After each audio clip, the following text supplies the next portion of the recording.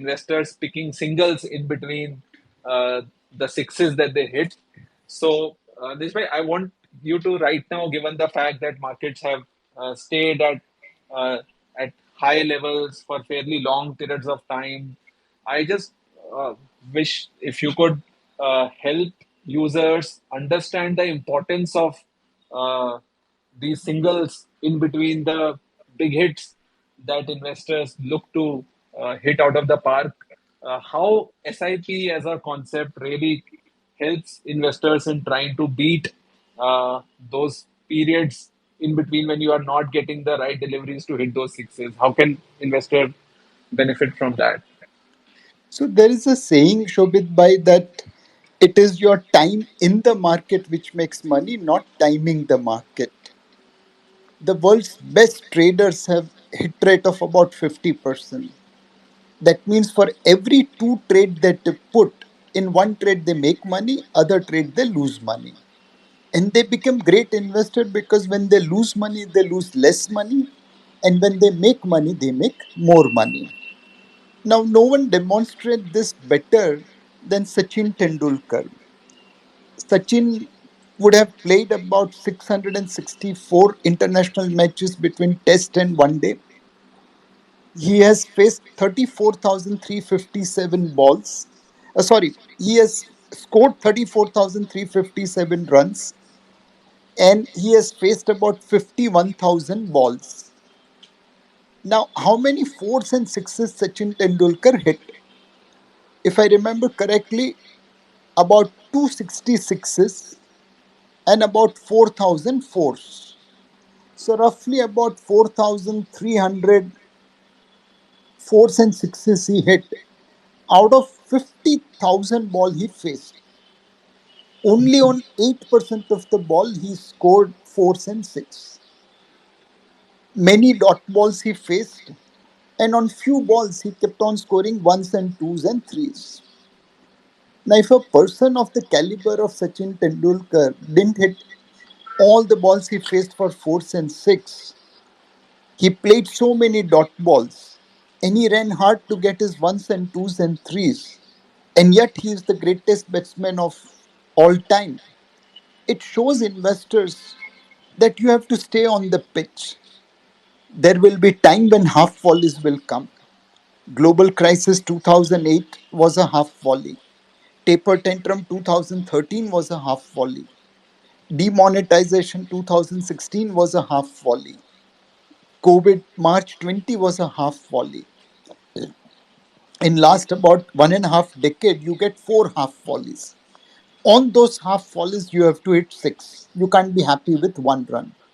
But you never know when those half volleys will come. And hence you have to stay on the pitch so that when half volley comes, you can hit it for a fours and six. And as long as you are there on the pitch, you will also get opportunity to score one run, two run, three run.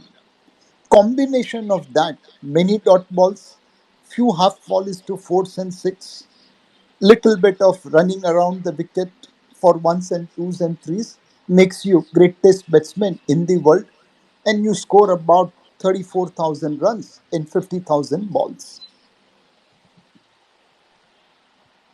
That Nileshbhai reminds me also of that saying that if you miss the best 5 days in the market and the best 10 days in the market, how much percentage of your returns you can shave off, and you, as an investor, never know when are those best days going to come, and most times they'll come when you expect them the least.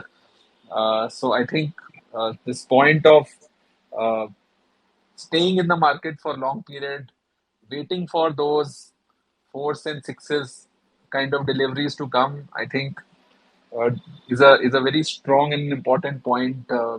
In fact, And Shobit Bhai, if you look at all the batsmen in test match and one day combined who have hit maximum number of fours and six, then on top obviously Sachin Tendulkar comes.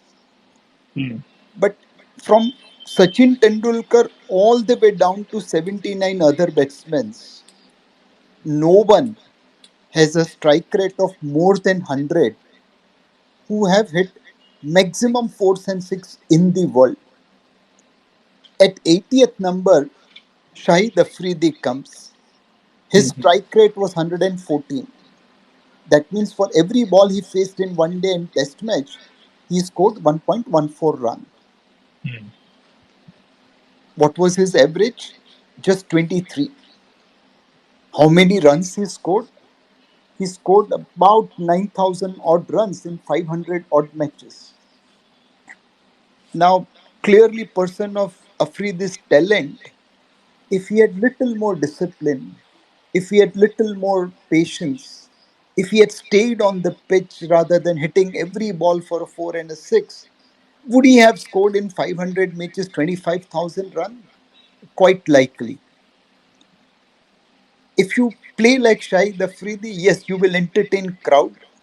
Your strike rate will be 1.14, but your average as well as the runs scored will not do justice to your talent. But when you play like Tendulkar, when Yorker comes, save the wicket. When half volley comes, hit it for fours and six. Stay on the pitch to score ones and twos and threes. You not only score the highest runs in the world, you not only score highest fours and sixes in the world, but you become all-time great cricketer. That's the difference. I think I'm again amazed, Nilesh, why you are doling out numbers as a cricket expert, not as an investment expert. But hats off to you for that. And I think it's a very, very appropriate example. I think uh, having played for so many years has made all the difference, all the more difference in Sachin's career than for many other cricketers. And I think whether it was about fitness, whether it was about the discipline of waiting for the right deliveries and not getting itchy in trying to go after every ball, I think those are great lessons that I'm sure investors can learn. Mutual fund investments are subject to market risks. Read all scheme related documents carefully.